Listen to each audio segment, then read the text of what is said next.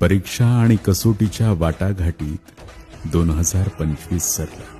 कोणासाठी संघर्षाचा, कोणासाठी अपमानाचा, तर कोणासाठी आत्मपरीक्षणाचं हे वर्ष.